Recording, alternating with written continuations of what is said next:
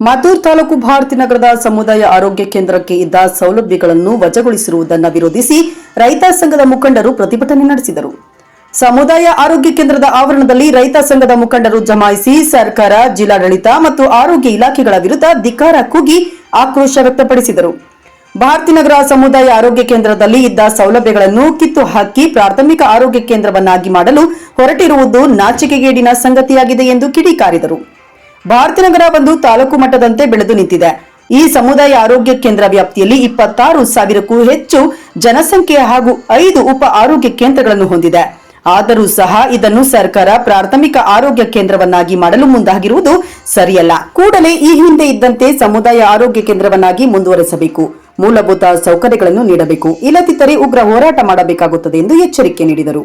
ಈ ವೇಳೆ ಆರೋಗ್ಯ ಆಡಳಿತಾಧಿಕಾರಿ ಜಗದೀಶ್ ಅವರಿಗೆ ಮನವಿ ಪತ್ರ ಸಲ್ಲಿಸಿ ಕೂಡಲೇ ಮುಖ್ಯಮಂತ್ರಿ ಸಿದ್ದರಾಮಯ್ಯ, ಉಪಮುಖ್ಯಮಂತ್ರಿ ಡಿಕೆ ಶಿವಕುಮಾರ್, ಆರೋಗ್ಯ ಮಂತ್ರಿ ದಿನೇಶ್ ಗುಂಡೂರಾವ್, ಜಿಲ್ಲಾ ಹಾಗೂ ತಾಲೂಕು ಆಡಳಿತದ ಗಮನಕ್ಕೆ ತಂದು ಸಮಸ್ಯೆ ಬಗೆಹರಿಸಬೇಕೆಂದು ಆಗ್ರಹಿಸಿದರು. ಪ್ರತಿಭಟನೆ ನೇತೃತ್ವ ವಹಿಸಿದ್ದ ರೈತ ಸಂಘದ ಜಿಲ್ಲಾ ಉಪಾಧ್ಯಕ್ಷ ಕೆ ರಾಮಲಿಂಗೇಗೌಡ, ತಾಲೂಕು ಅಧ್ಯಕ್ಷ ಪ್ರಭುಲಿಂಗು, ಮಳವಳ್ಳಿ ತಾಲೂಕು ಅಧ್ಯಕ್ಷ ಬಸವರಾಜು, ಮಣಿಗೆರೆ ರಾಮಣ್ಣ, ಸೋಶಿ ಪ್ರಕಾಶ್, ತಾಲೂಕು ಕಾರ್ಯದರ್ಶಿ ಕೆಪಿ ದೊಡ್ಡಿ ಪುಟ್ಟಸ್ವಾಮಿ, ಕ್ಯಾತ್ಕಟ್ಟ ಬಿಳಿಗೌಡ, ಹನುಮಂತನಗರದ ಹನುಮಂತು, ಕರಡಕೆರೆ ರಾಮಣ್ಣ, ಕೆಕೆ ದೊಡ್ಡಿ ಪುಟ್ಟಸ್ವಾಮಿ, ಹೊಸಳ್ಳಿ ಶಿವಣ್ಣ, ಬೊಬ್ಸಮುದ್ರ ಮಲ್ಲೇಶ್, ಗೆಜ್ಜಲ್ಗೆರೆ ಲಿಂಗರಾಜು ಸೇರಿದಂತೆ ಹಲವರಿದ್ದರು. ಸ್ಟೇಟ್ ಪ್ರಾಬ್ಲಮ್ ಆಗಿರ್ತಕ್ಕಂಥದ್ದು ಇದು ಸ್ಥಳೀಯ ಮಟ್ಟದಲ್ಲಿ ಆಗಿಲ್ಲ ಅಂತಕ್ಕಂಥದ್ದು ನಾವು ಒತ್ತಾಯ ಮಾಡ್ತಾ ಇದೀವಿ. ಇಲ್ಲಿ 26,600 ಹಳ್ಳಿ ಪಾಪ್ಯುಲೇಷನ್ ಇದೆಯೋ ಈ ಹಾಸ್ಪಿಟ್ಲಿಗೆ ಸಂಬಂಧಪಟ್ಟಂಗೆ 5 ಉಪ ಹಾಸ್ಪಿಟ್ಲ್ಗಳಿವೆ. ಇದಕ್ಕೆ 5 ಉಪನಗರ ಹಾಸ್ಪಿಟ್ಲ್ಗಳು ಇದಕ್ಕೆ ಆ್ಯಡ್ ಆಯ್ತವೆ. ನಾವು ಈ ಪ್ರದೇಶದಲ್ಲಿ ಯಾವುದೇ ನಗರಗಳಿಲ್ಲ, ಎಲ್ಲ ಹಳ್ಳಿಗಳು ಇರ್ತಕ್ಕಂಥದ್ದು. ಹಳ್ಳಿನಲ್ಲಿ ಬಡವರೇ ಜಾಸ್ತಿ. ಬಡವರು ಚಿಕಿತ್ಸೆಗೆ ಅಂತ ಬಂದಾಗ ಈಗ ಆಕ್ಸಿಡೆಂಟ್ ಯಾರು ಹೇಳಿ ಕೇಳಿ ಆಗಲ್ಲ, ಆಕಸ್ಮಿಕ ಆಕ್ಸಿಡೆಂಟು. ನಾವೇನ್ ತಿಳ್ಕೊಂಡಿದ್ದೀವಿ ಅಣ್ಣ,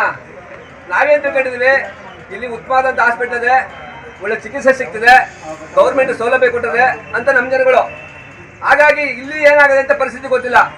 ಮೊನ್ನೆ ಅಂದ್ರೆ ಹೋದ ತಿಂಗಳು 1ನೇ ತಾರೀಕಿಂದ ಹಾಸ್ಪಿಟಲ್ನ ಹೆರಿಗೆ ಹಾಸ್ಪಿಟ್ಲು, ಬೆಂಡಿಂಗ್ ಲೆಸ್ ಡಾಕ್ಟರ್ಗಳು, ಇನ್ನು ಹಲವಾರು ಫೆಸಿಲಿಟಿಗಳನ್ನ ಕಿತ್ತಾಗಿದೆ.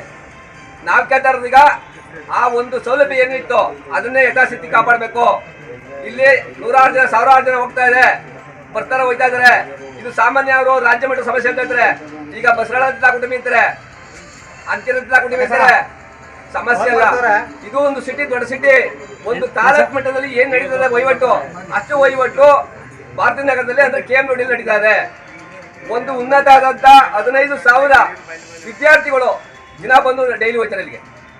ಒಂದು ಸಕ್ಕರೆ ಕಾರ್ಖಾನೆ ಅಂದ್ರೆ ಬೇರೆ ಬೇರೆಯಿಂದ ರೈತರು ಬರ್ತಾರೆ, ಕಬ್ಬನ್ನ ತರ್ತಾರೆ.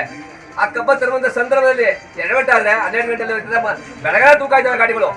ಆಗ ಆ ಸಂದರ್ಭದಲ್ಲಿ ಅನಾಹುತ ಯಾರು ನೋಡ್ತಾರೆ ಅಲ್ಲಿ. ಅದಕ್ಕೆ ಹಾಸ್ಪಿಟ್ಲ್ ಇದಕ್ಕೆ ಗೌರ್ಮೆಂಟ್ ಮನೆ ಕೊಟ್ಟಿತ್ತು, ಆದ್ರೆ ಕೊಟ್ಟು ತಿಂತದೆ. ಆ ತರ ಆಗ್ಬಾರ್ದು. ಮುಂದಿನ ದಿನಗಳಲ್ಲಿ ಆ ತರ ಆದ್ರೆ ನಾವು ಉಗ್ರವಾದಂತ ಹೋರಾಟವನ್ನು ಮಾಡ್ಬೇಕಾಗ್ತದೆ.